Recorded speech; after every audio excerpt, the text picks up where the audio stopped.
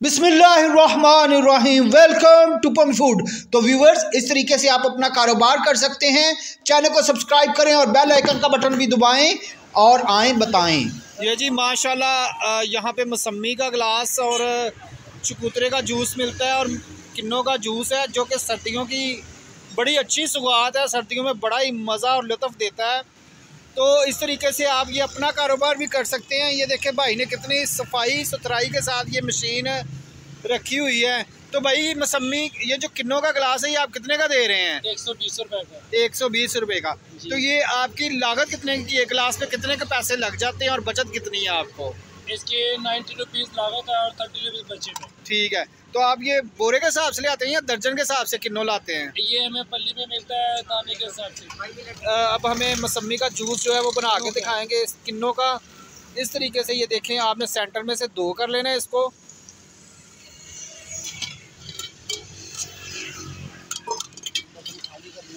और ये बटर खाली करना है। और ये इस तरीके से ये देखें, ये माशाल्लाह बड़ी अच्छी हैंडल वाली ये मशीन है। और इस तरीके से आपने इसकी ये देखें जी, ये देखें, इस तरीके से आप पुश करें, आप कहीं भी अपना कारोबार कर सकते हैं इस तरीके से। ये देखें जी माशाल्लाह, तकरीबन 3 से 4 किन्नों जो है वो डलते हैं गिलास के अंदर।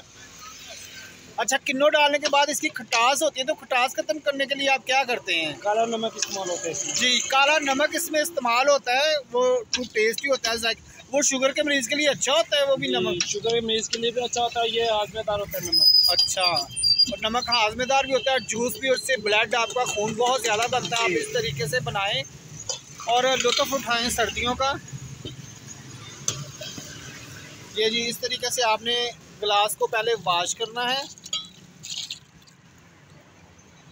गिलास वॉश करने के बाद आपने इसके अंदर काला नमक आपने डालना है जूस के अंदर ही। जूस के अंदर काला नमक आपने डाल के इसको मिक्स करके, तो इस तरीके से आपने ये सर्व कर देना है। तो ये जी मेरा मौसमी का किन्नों का जूस। और ये जी स्ट्रॉ लग गया माशाल्लाह।